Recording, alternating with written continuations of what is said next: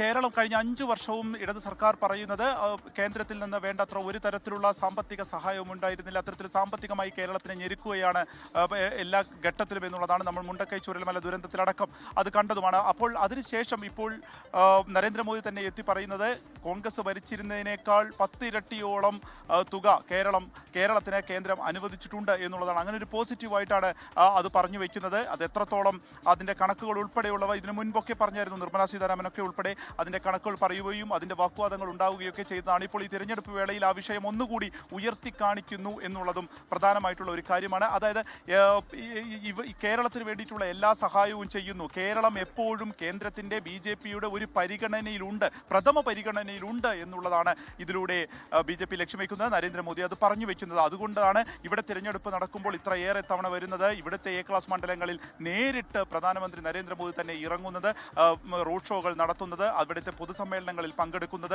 ഇതിനു മുൻപ് ഇപ്പോൾ കേന്ദ്രത്തിൻ്റെ ഫണ്ട് ഉപയോഗിച്ചുള്ള പ്രധാന പദ്ധതികളുടെ എല്ലാം ഉദ്ഘാടനം ഇപ്പോൾ കഴിഞ്ഞ ഒരു 2 ആഴ്ച മുൻപാണ് കൊച്ചിയിൽ വെച്ച് നടന്നത്. അതിനൊക്കെ കേരളം തിരഞ്ഞെടുക്കുന്നു എന്നുള്ളത് കേരളം എത്രത്തോളം BJP ലക്ഷ്യമിടുന്നു എന്നുള്ളതിൻ്റെ ഏറ്റവും കൃത്യമായിട്ടുള്ള സൂചനകളാണ്. അതുകൊണ്ട് തന്നെയാണ് ലഭിക്കാൻ സാധ്യതയുള്ള മണ്ഡലങ്ങളുടെ പട്ടിക ഉണ്ടാക്കുകയും അതിൽ ആദ്യഘട്ടത്തിൽ അതിൻ്റെ മറ്റ് പ്രവർത്തനങ്ങളിലേക്ക് കടക്കുകയും ചെയ്യുകയും അതിൽ വിജയിക്കാൻ അവർക്ക് സാധിക്കുമോ എന്നുള്ളതിനെ സംബന്ധിച്ച് ഏറ്റവും അവസാന നിമിഷം വരെ ആ ഒരു ചർച്ചയിൽ നിൽക്കുക, അതൊരു ത്രികോണ മത്സരമാക്കി മാറ്റുക എന്നുള്ളതിലുമാക്കുന്നത്. വേറിട്ട് നിൽക്കുന്ന എല്ലാ തുവലുകളെയും ഒരുമിപ്പിക്കുക എന്നുള്ളതാണ് എപ്പോഴും പ്രധാനമായിട്ടുള്ള നേതാക്കളുടെ ലക്ഷ്യം. അതുകൊണ്ടുകൂടിയാണ് ദേശീയ നേതാവായിട്ടുള്ള നരേന്ദ്രമോദി തന്നെ കേരളത്തിലേക്ക് വരികയും അങ്ങനെ ഒറ്റക്കെട്ടാണ് എന്നുള്ള ഒരു പ്രതീതി ഉണ്ടാക്കി എല്ലാ ജനങ്ങളുമായിട്ട് സംവാദിക്കുന്നതിനും ഒരു ഇടവരുത്തുന്നത്. ഇപ്പോൾ ഇതാ നാട്ടുകാരാകെ തന്നെ അതിൻ്റെ ഒരു ഇമ്പാക്റ്റിലാണ് എന്നുള്ളത് സംശയമില്ലാതെ തന്നെ പറയാവുന്ന ഒരു കാര്യം കൂടിയാണ്.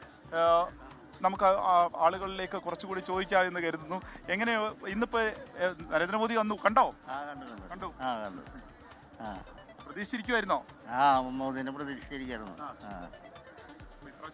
ഇവിടെ തൃശ്ശൂര് കിട്ടുമെന്നുള്ളതാണോ പ്രതീക്ഷിക്കണു? കിട്ടുന്നുള്ളതാ സാധ്യതയുണ്ട്. അവിടെ കുറെ അമ്മമാർ ഉൾപ്പെടെ ഉണ്ട്. എങ്ങനെ ഉണ്ടായിരുന്നു? അപ്പോ കണ്ടോ നരേന്ദ്രമോദിയെ? കണ്ടോ? വളരെ സന്തോഷം. ഞാൻ കാണാൻ വേണ്ടി ആലുവയിൽ നിന്ന് ഇവിടെ വരെ ഇങ്ങോട്ട് വന്നതാണ്. ആലുവയിൽ നിന്ന് വന്നാണ് ചേച്ചി? Maharashtra Navi Mumbai BJP south Indian cell Mahila president ആണ്. ഈ ഇലക്ഷൻ ക്യാമ്പയിനിങ്ങിന് സ്വയം എൻ്റെ ഒരു സോഷ്യൽ സർവീസിന് വേണ്ടി 1 month ആയിട്ട് ഞാൻ ഇവിടെ ഇൻവോൾവ് ആയിട്ട് ആക്ടിവിറ്റി ചെയ്യുന്നുണ്ട്. മഹിളാ ടീമൊക്കെ എനിക്ക് നല്ലൊരു ഹെൽപ്പ് ചെയ്തിട്ട് ഇവരോടൊപ്പം സ്വയം സന്നദ്ധരായിട്ട് വന്നതാണ്. No sponsorship, nothing, own expense. Maharashtra തൃശ്ശൂരാണോ ലക്ഷ്യം?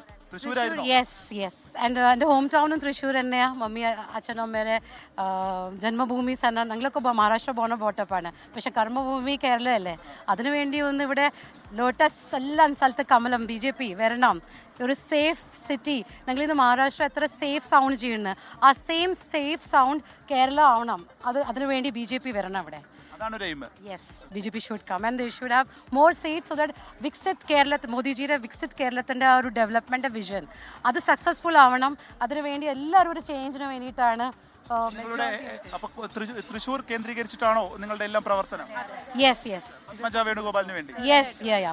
പത്മജ ചേച്ചിയും ആൻഡ് നാഗേഷ് ചേട്ടനും. എൻ്റെ മണ്ഡലം നാഗേഷ് ഭായിയുടെ പുതുക്കാട വരുന്നത്. So I am working for both of them equally.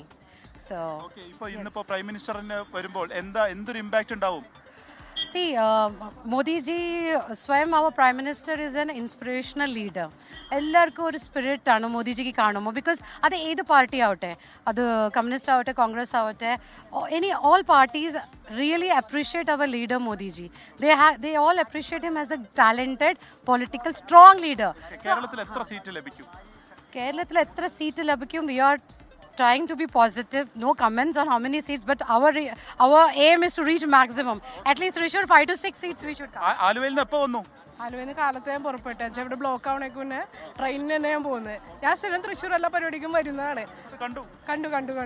അതെ, തൃശ്ശൂർ പിടിക്കുന്നതാണ്. പിടിക്കും ഉറപ്പായിട്ടും. പത്മജാജി ജയിച്ചിരിക്കും. ഒരു ആളുകളിൽ നിന്നൊക്കെ അങ്ങനെ ഒരു പോസിറ്റീവ് ആണോ? തീർച്ചയായിട്ടും. കാരണം ഞങ്ങള് സമ്പർക്കത്തിന് പോകുമ്പോൾ തന്നെ ആളുകൾ ഇങ്ങോട്ട് പറയുന്നുണ്ട്, ഞങ്ങൾക്ക് ഭരണം മടുത്തു തുടങ്ങി. അത്രയും അവര് മാറാത്തോ മാറും അല്ലേ? തീർച്ചയായിട്ടും. പോസിറ്റീവാണ്. തീർച്ചയായിട്ടും കാരണം നമ്മൾ അങ്ങോട്ട് കയറി ചെല്ലുമ്പോഴേക്കും അവരിങ്ങോട്ട് പറയുന്നുണ്ട്. നമ്മളൊന്നും പറയേണ്ട ആവശ്യമില്ല, നമുക്ക് നമ്മുടെ പത്രിക കൊടുക്കാൻ പോരാ, അത്രേ വേണ്ടൂ. കാരണം എന്താ വെച്ച് കഴിഞ്ഞാൽ അവർക്ക് അത്രയും അടുത്ത് തുടങ്ങി. അവർക്ക് കഴിഞ്ഞ പ്രാവശ്യം UDF സ്ഥാനാർത്ഥിയാണ് പത്മജ വേണുഗോപാൽ, ഇപ്രാവശ്യം NDAയുടെ സ്ഥാനാർത്ഥിയാണ്. അപ്പോൾ തൃശ്ശൂരിൽ അതിന്റെ ഒരു ഇമ്പാക്ട് എങ്ങനെയായിരിക്കും? ഒരു വലിയ വിജയമായിരിക്കുമോ? അതെ, വലിയ വിജയം തന്നെയായിരിക്കും. നാരീശക്തിയാണല്ലോ, അപ്പൊ അവര് അതിനെ സംഘടിച്ച് നിൽക്കുന്നുണ്ട്. ഇനിയൊരു മാറ്റം വരണമെന്ന് വിചാരിച്ചിട്ട് പത്മജാജിക്ക് വേണ്ടിയിട്ട് വോട്ട് ചെയ്യുമെന്ന് തന്നെയാണ് നമ്മൾ പ്രതീക്ഷിക്കുന്നത്. അപ്പൊ ഉറപ്പായിട്ടും ജയിച്ചിരിക്കും. തൃശ്ശൂരിനെ സംബന്ധിച്ച് സുരേഷ് ഗോപിയാണോ ഒരു റോൾ മോഡൽ ഇവിടെ ജയിച്ചത്? അതാണ് റോൾ മോഡൽ തന്നെയാണ്. പിന്നെ നമ്മുടെ മോദിജിയും അതിനു വേണ്ടിയിട്ട് നാരീശക്തി എന്നുള്ള ഇതിലാണല്ലോ പ്രവർത്തിക്കുന്നത് മുഴുവൻ. പ്രഭിത, ഇതേപോലെ തന്നെ നൂറുകണക്കിന് ആളുകൾ, അങ്ങനെ നിരവധി ആളുകളാണ് പല ഭാഗങ്ങളിൽ നിന്നായി പ്രധാനമന്ത്രിയെ കാണുന്നതിനായി എത്തിയിരിക്കുന്നത്. അദ്ദേഹത്തിന്റെ റോഡ് ഷോ ഇപ്പോൾ പൂർത്തിയാകുമ്പോൾ അതിന്റെ ഒരു ആത്മവിശ്വാസം ഓരോ പ്രവർത്തകരും നമ്മളുമായിട്ടും ഷെയർ ചെയ്യുകയായിരുന്നു. അതായത് അതൊരു പോസിറ്റീവ് വൈബിലാണ് അവരൊക്കെ നിൽക്കുന്നത്. അല്ലെങ്കിൽ തൃശ്ശൂർ കിട്ടും എന്നുള്ള പ്രതീക്ഷ ഈ ഘട്ടത്തിൽ പങ്കുവയ്ക്കുന്നു. ഇതുപോലെ തന്നെ താഴേക്കിടയിൽ ഇത് ഒരു ഉണർവുണ്ടാക്കാൻ ഈ ഒരു സന്ദർശനത്തിന്, ഈ ഒരു റോഡ് ഷോയ്ക്കൊക്കെ കഴിഞ്ഞിരിക്കുന്നു തൃശ്ശൂരിലും എന്നുള്ളത് സംശയമില്ല.